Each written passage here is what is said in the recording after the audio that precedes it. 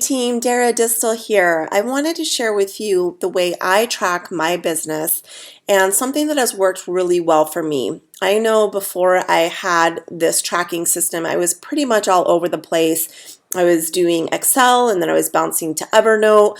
I tried paper and pen for a while. And if you have something that is working for you, please continue to use that. There is no right one way to track your business. The right way is whatever is going to work for you and that you use.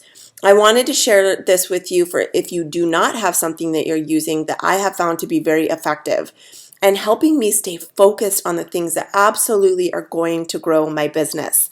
I know for myself, I can get caught up with the red notifications going off in my Facebook, my messages coming through, the cute pictures that are showing up in my newsfeed.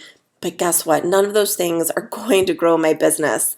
However, these things, without a doubt, if you do them day after day, are going to impact and create so much growth within your business.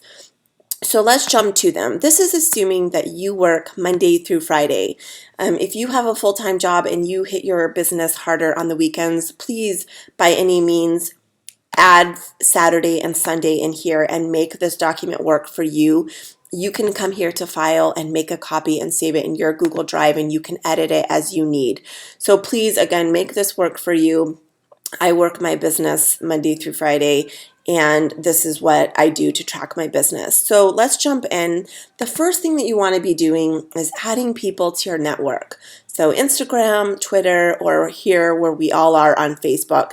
Facebook is the number one way that I have grown my business, and I really encourage you, whatever platform that you're using and is working well, please use that.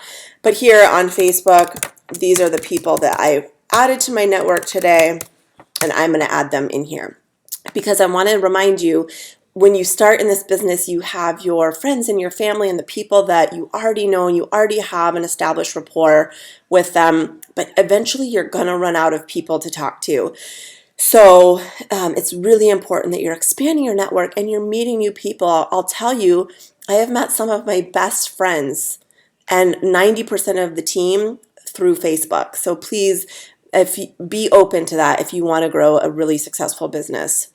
The next thing is that you need to be building relationships with people that are already on your Facebook friends list.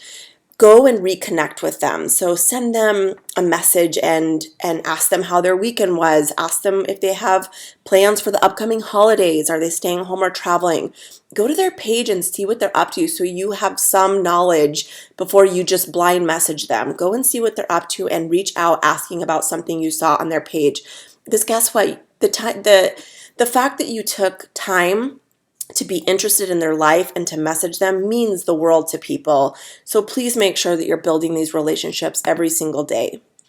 Invite. This is important. You've got to be inviting. It's one of our 3 vital behaviors. You should be inviting to a challenge group or a free group every single day. And I guarantee you, if you're adding new people and you're messaging 3 people, you're always going to have someone to invite. Just the other day, I added someone. We jumped in talking about her kids, and she's so sad to go back to work. And so I asked her, have you ever considered, you're really into health and fitness, have you ever considered doing what I do? And granted, that was an invite to coaching, but I guarantee you, if you're doing these things every single day, you're going to have an opportunity to invite. The other day, just to give you another example, I chatted with someone. She said that she just really wishes that she could lose the baby weight, but she has no energy to work out at home, and she can't make it to the gym. So I invited her to my challenge group. So make sure that you're building those relationships and you're asking those questions. Do you have a current workout routine? Do you like your job? Make sure you're getting to know people so that there's always an opportunity for you to invite. Follow up. The fortune is in the follow up. I cannot stress to you how important this piece is. So if you think back to you joining a challenge group or you joining as a coach, I can guarantee you probably didn't say yes the very first time. It took multiple exposures from your coach asking you and inviting you to sneak peek, inviting you to a biz op call, inviting you to a free group or a challenge group, It took multiple conversations. You, in the beginning, weren't ready. You needed to hear about it more. You needed to understand the value behind what we do as coaches. And I'll guarantee that sometimes it takes 2 times, 5 times, 8 times. I think they say on average it takes people 6 or 7 times to hear something before they say yes. And I can guarantee you I wouldn't be here if my coach gave up after the first follow-up. Or shoot, even after the 5th follow-up.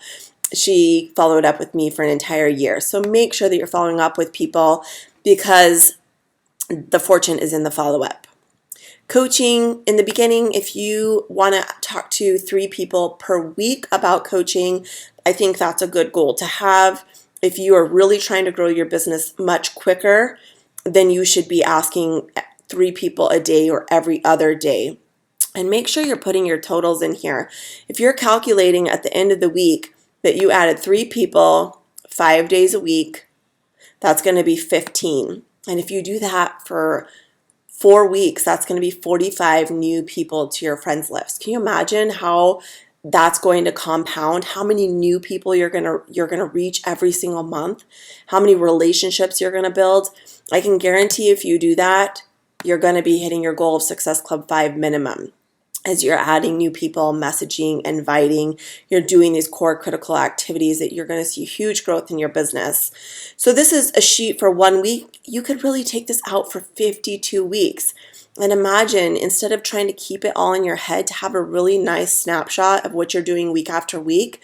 Because if my coaches are telling me that they're doing the things, I'm going to ask them to see their Power of 3 worksheet so we can see that if there are any gaps here, or if they had a couple weeks where they didn't do their Power of 3, I'm going to let them know, there are some blanks in here. If you get back to doing it consistently and you do it consistently for a few weeks, then we can chat. If there's some kind of like gap still missing, then we need to talk about your approach.